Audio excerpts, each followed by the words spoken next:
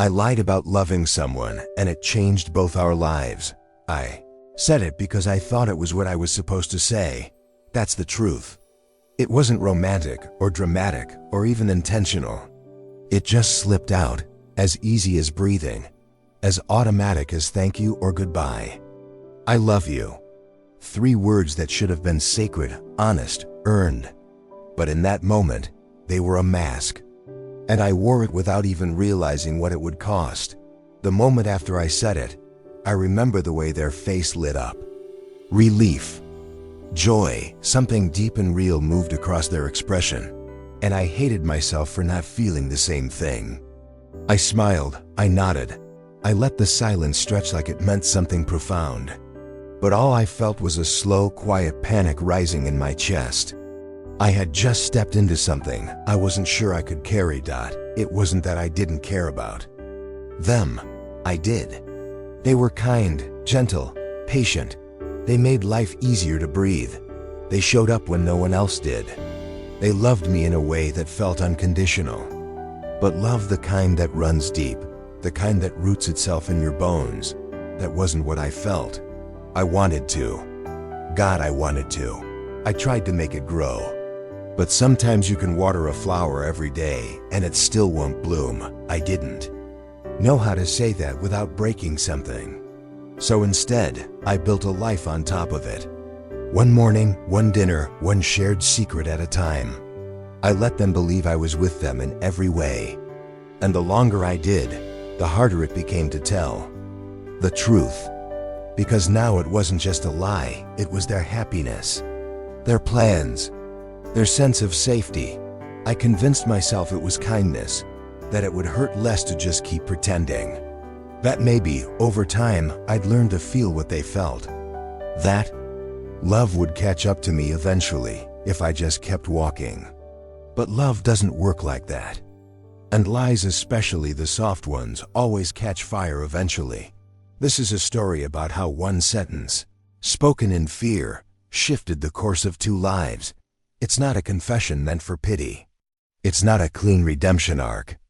It's just the truth. The kind of truth we usually only whisper to ourselves late at night, when the house is quiet and the ghosts of our choices crawl into bed beside us. So I want to tell you everything. Not because I think I deserve forgiveness, but because someone out there might still be holding a lie they don't know how to put down. And maybe hearing this will give them the strength to tell the truth before it turns into the kind of regret that never really leaves. There's a moment that still replays in my mind. We were sitting on the floor of my apartment, eating cheap takeout, laughing about something small and stupid. They looked at me, eyes soft, and said, "I love you." It wasn't planned. It wasn't even a big moment. No candles, no orchestral music swelling in the background. Just a quiet Tuesday and the sound of chopsticks tapping against a paper container. And I said it back, not because I felt it, not because it surged out of me uncontrollably, but because I panicked. I didn't want to hurt them. I didn't want to ruin what we had. And maybe, in the deepest corners of my insecurity, I didn't want to lose someone who actually wanted me. At that time, I was coming out of something messy. A relationship that had left me second-guessing my worth. I was tired of heartbreak. Tired of being alone. Tired of the silence after you close the door behind someone who walks away. So when this kind, beautiful person showed up in my life, I clung to it harder than I should have. They were gentle in ways I wasn't used to, asked how my day was, remembered little things. They made room for me when I didn't even know I needed space. They loved me with a certainty that felt foreign and warm. So when they said, "I love you," what I heard wasn't just those 3 words. It was, "You're safe. I'm not leaving." And I didn't want that safety to slip away. I told myself I could grow into it. That maybe love was something you build, not something you fall into. That if I just gave it time, my heart would eventually catch up to my words. After all, love doesn't always arrive in fireworks. Sometimes it shows up as a steady flame. But deep down I knew I knew that what I felt was appreciation, gratitude, comfort, but not love. Not the kind that shakes you. Not the kind that feels like home. Still, I stayed. I played the role. I let the lie become part of the furniture in our shared life.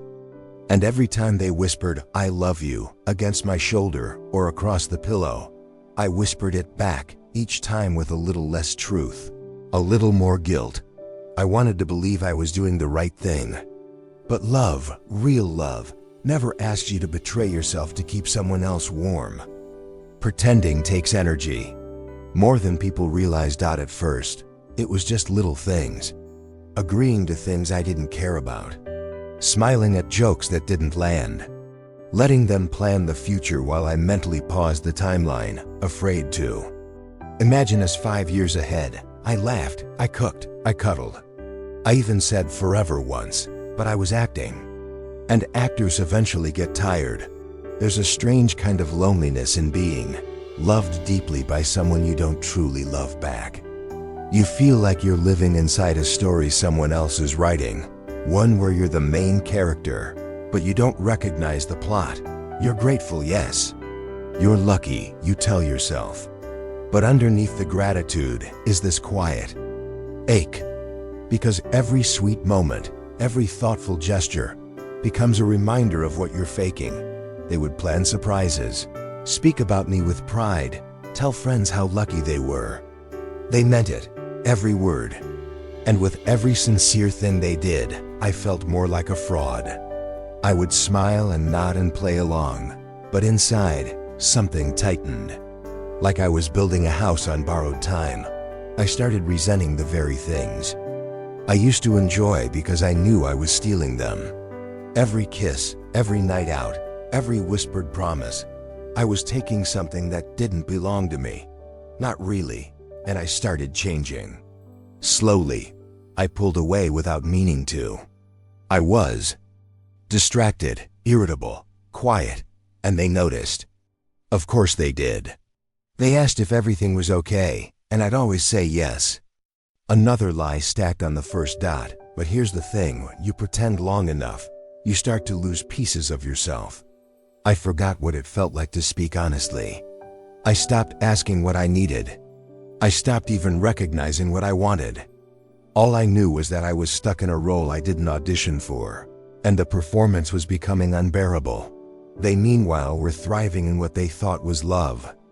They made plans. They talked about moving in. They introduced me to family with bright eyes and big smiles.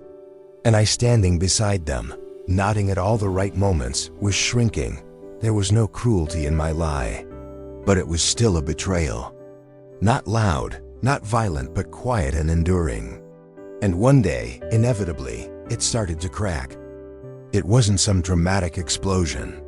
There was no shouting, no plates thrown, no running out into the rain. It happened over coffee. We were sitting in a small cafe we both loved. The kind of place with chipped mugs and mismatched chairs. They were talking about a future trip, Paris maybe, or somewhere coastal. Their eyes lit up when they spoke, their hands moving as they described the food we'd try, the sights we'd see. They even laughed and said, "I can already picture us there." And I realized I couldn't picture us there at all. In that moment, something inside me finally gave way. I looked at them, not at their excitement, but at their trust, their belief in us, and I knew I couldn't do this anymore. I don't remember the exact words, only the silence that followed. It was like someone pressed pause on the world. Their face went blank first, like they didn't understand. Then confusion, then something worse. That quiet, shaking recognition that everything they'd built was not what they thought it was. I said I was sorry, over and over. I tried to explain that it wasn't about them, that they had done nothing wrong, that it was me who had failed. But there's no tidy way to deliver that kind of hurt. There's no version of "I never really loved you the way you thought I did" that doesn't land like a knife. They didn't yell. They didn't cry right away. They just sat there still. And then they asked, "So it was never real?" And that question stayed with me, because I couldn't say no. But I couldn't say yes either. Because some things were real. The laughs, the comfort. The moments where I did try, desperately, to love them the way they deserved. Trying isn't the same as truth. And they knew that. Eventually, they got up and left. And I didn't follow. We spoke a few times after that. Civil, careful conversations, no blame, just pain and distance. The worst part? They still loved me, even after everything. That's the kind of person they were. And maybe that's what makes the regret so heavy. Not just the fact that I hurt them, but that they would have kept loving me, even if I never gave them the love they needed in return. It's strange how much time has to pass before clarity arrives. Back then, I thought I was protecting them. Or maybe protecting myself. I thought sparing someone pain was a form of love. That silence was softer than truth. That maybe, just maybe, if I played the part well enough, the ending would be happy for both of us. I understand now how selfish that was. Lying about love doesn't just take something from another person, it takes something from you. It chips away at your ability to trust yourself.